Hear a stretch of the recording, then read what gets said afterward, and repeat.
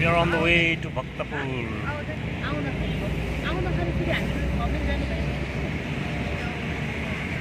Right now we are in Satobato. And look who's on board.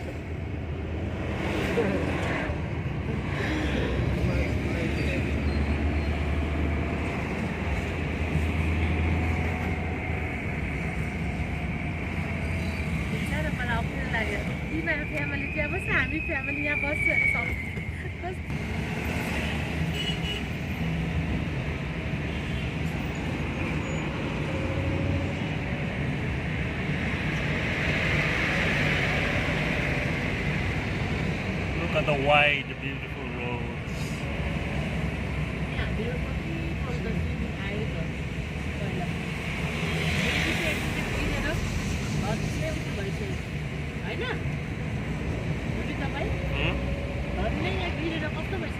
के पनि भएको थिएन चिप्लेको थिएँ म त तल बसेर सट्टै निस्केँ अलिकति आत्तिएको थिएँ त्यति नै हो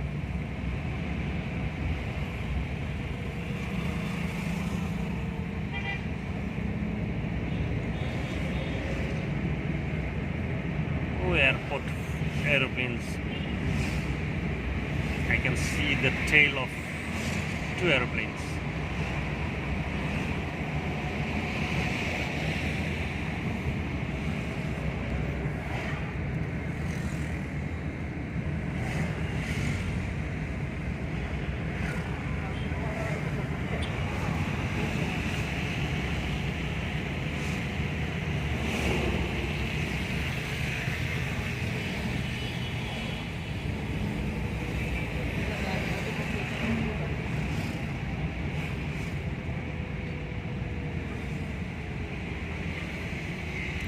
Lalitpur and Kathmandu are twin cities. So right now we are in Lalitpur.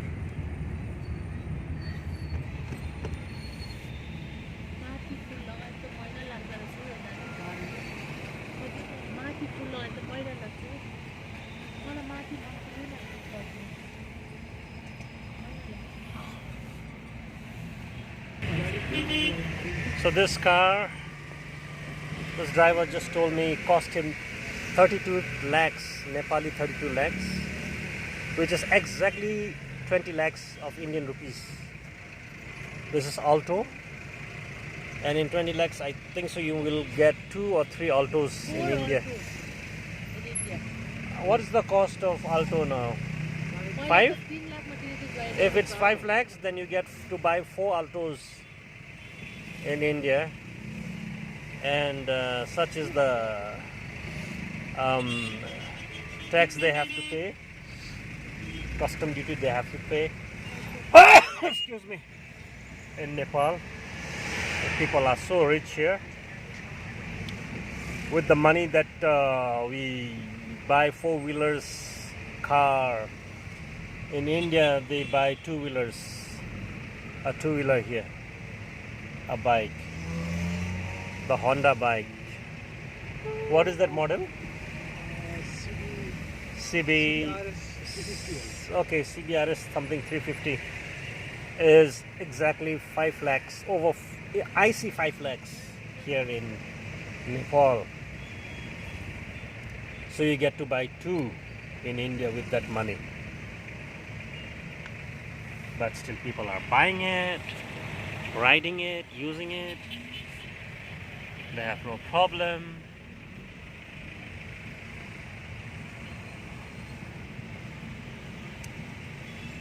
अनि यहाँबाट एयरपोर्ट छेउमै छ अनि यो ठाउँको नाम कोटेश्वर कस्तो बिर्सेको मैले कोटेश्वर भन्नु पनि हामी कोटेश्वरमा छौँ यस समय भक्तपुरतिर अब दाहिने हामीहरू मोड्दै छौँ अनि ट्राफिक जाम चाहिँ बाटो जति नै फराकिलो बनाए तापनि उस्तै नै छ ट्राफिक जाम पहिला जस्तै No changes on the traffic despite the widening of the road. You have this huge traffic jam all the time.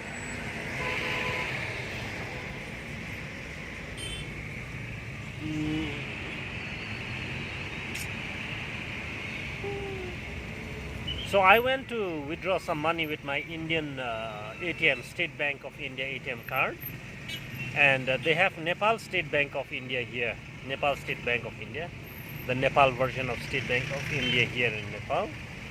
So earlier I remember when we used to live in Nepal, I would use my Indian ATM State Bank card to withdraw money from here. So today I went there with Joel, my son-in-law, to withdraw money from Nepal State Bank of India ATM machine, but I couldn't withdraw any money. And I went to the office and inquired why. And this dear lady told me that my card is valid in India only. So on the back side of my car, in small writings, it was written valid in India only. Earlier we had no problem withdrawing money from here with Indian State Bank ATM card, but now things have changed. So I need to apply for an international ATM card. So guys, when you come to Nepal, make sure you have an international ATM card, State Bank of India ATM card, by the way. Or of course, credit card will work. I haven't used a credit card as yet. Maybe I should. Back home in India, I keep getting phone calls from my bank asking me to come and take my credit card, but for some reason I have not been keen to get a credit card. But let's see, maybe I will need one soon.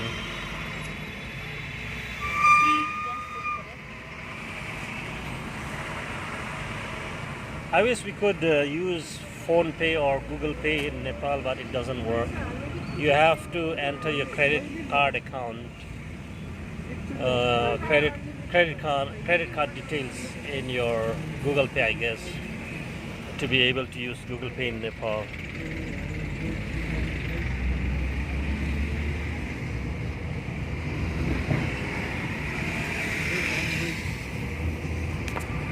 So यहाँ एउटा Korean ministry छ कि कोरियनहरुको भत्काइदै सक्यो. They used to, oh, okay, it's still there, I guess. Yes. Oh no, it's not there anymore. Oh yes, it's there, Dail. So there is a Korean, there is a ministry here run by the Korean, some Korean organization, Christian organization. They feed about 200 to 300 children with lunch every morning. And I remember when we lived here in Nepal, I came here once, I think so once or twice, once maybe, to volunteer, to serve food for the kids. So they have a short time of singing songs and praying before the food.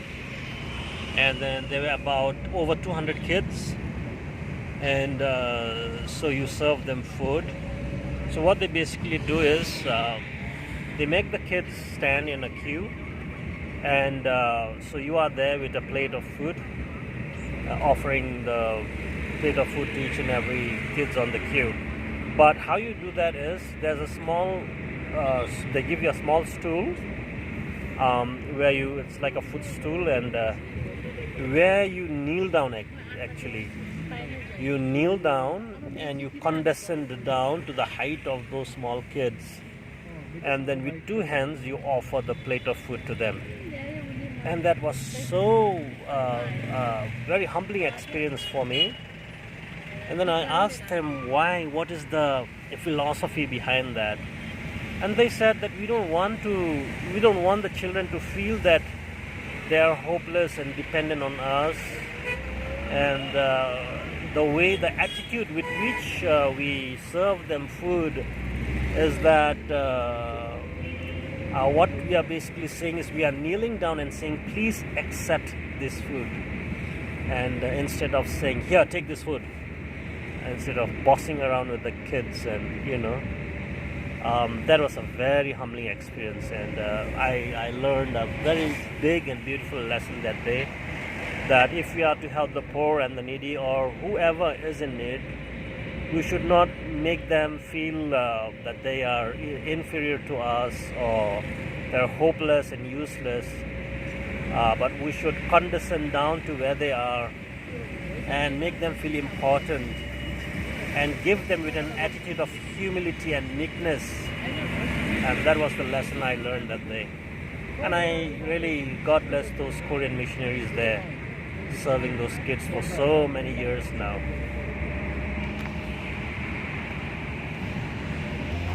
So we are on the way to Bhaktapur now, and this road that you see, यो बाटो कुन चाहिँ वर्षमा बनाएको जापानिजहरुले? कति वर्ष भयो अहिले? Almost 10 years. 20? 10 years. So this road is was actually built by the Japanese, by Japan, donated by Japan and constructed by Japan over 10 years ago. It's a beautiful road. And the road earlier that you saw in Lalitpur was made by China. And yeah, so in Nepal you have several nations from abroad helping to build bridges, roads and things like that.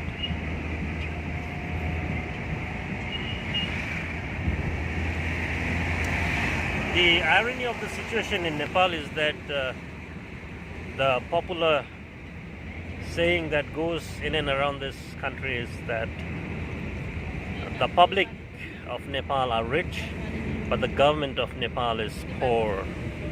And that's true. That's very true. The government so much depend on taxes, custom, excise duties and taxes.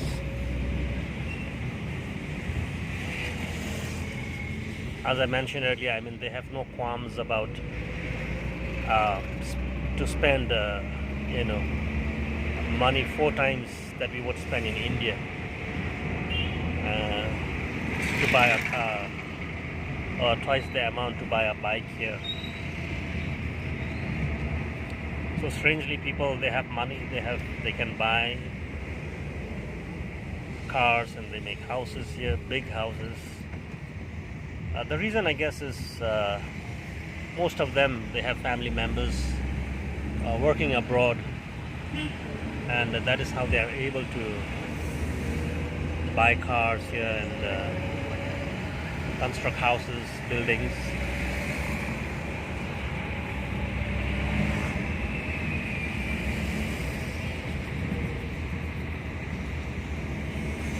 I guess what Nepal needs is the right kind of leadership. They lack leadership, quality leadership. Like there's a guy now in Kathmandu. His name is Balan Shah. He's the mayor of some part of Kathmandu, and he has brought such a drastic change in his jurisdiction. You'll be amazed. It's cleared the road, cleared things of corruption, and brought so many changes. And so people, they praise him highly for the works that he's doing. He's very gifted in administration, very much gifted, intelligent guy. He knows his job well. He knows what to do, what needs to get done. And that they should have such people everywhere, especially in the leadership, in the political arena of Nepal.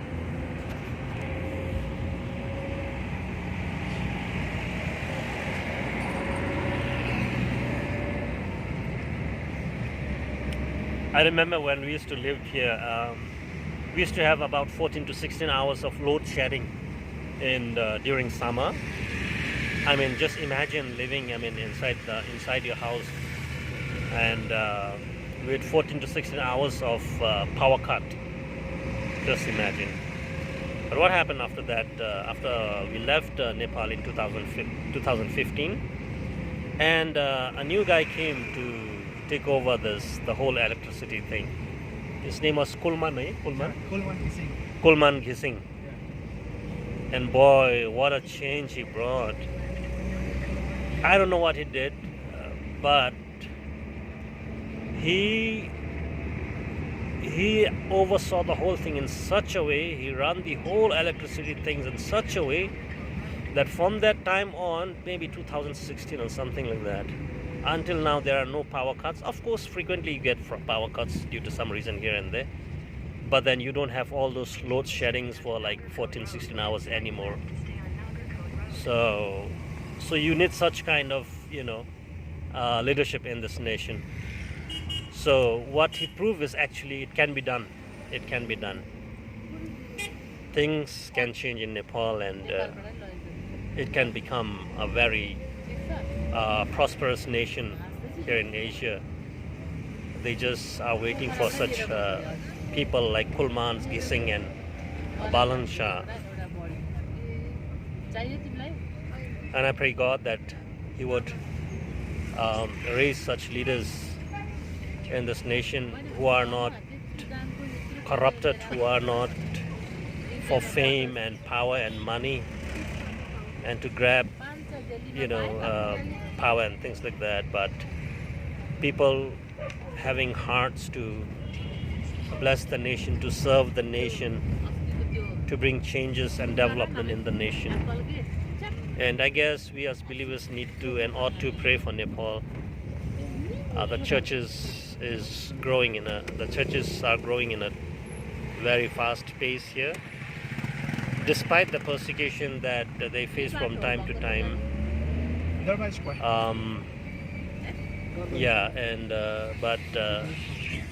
you see a lot of things happening and changing in Nepal. So may the Lord bless this nation. I love Nepal. That's a country where my grandfather came from. My grandfather hailed from the eastern part of Nepal, a place called Taplejung. So my grandfather was there, and he came to India to basically work in the tea garden in Darjeeling, in the hills of Darjeeling. And the British would employ the Nepali people, and so my grandfather came to work in the tea garden. That's where he met my grandmother. Then Darjeeling, we got married, and my father was born there. So my father grew up there, and as a young man, my father ventured out to Shillong in search for a job because his elder brother was already working in Shillong. And so his elder brother came home and said to his younger brother, "That is my father, come by, let's go to Shillong, I'll get a job for you." So that's how my father landed in Shillong, got a job, and then eventually he met my mother, and they eloped, and so 4 of us siblings were born in Shillong, 3 brothers, 1 sister. And that's how I was born and raised in Shillong, and that's where I had my education, my upbringing. That's where I met Jesus, the Lord, my Savior, my Lord. And I come from a very strict Hindu background. I was involved even as a young boy in all the daily rites and rituals of my religion at that time. But the Lord saved me after my parents got saved, and some of my siblings got saved, and I got married there, and Anna was born there in Shillong. Our second daughter Rima was born in Nasik in Maharashtra when we were there for ministry, and then the rest of the 3 children were also born in Shillong. So in 2010 we left Shillong and came to Nepal, and from 2010 to 2015 we were serving the Lord in various capacities here in Kathmandu and various places of Nepal. After 2015, in 2015 we left for India, and we didn't move back to Shillong, but we moved to Siliguri. Siliguri is, not too far from the Nepal border. It's about 40 minutes ride. And so yeah, and my daughter Anna, the eldest daughter, is married here in Kathmandu to a handsome and a wonderful guy called Joel. So we have arrived at Bhaktapur now, and I will rest my story here and will connect with you guys again. Bye bye and God bless you. So yeah, this is Bhaktapur. It's the ancient and the oldest city of Nepal.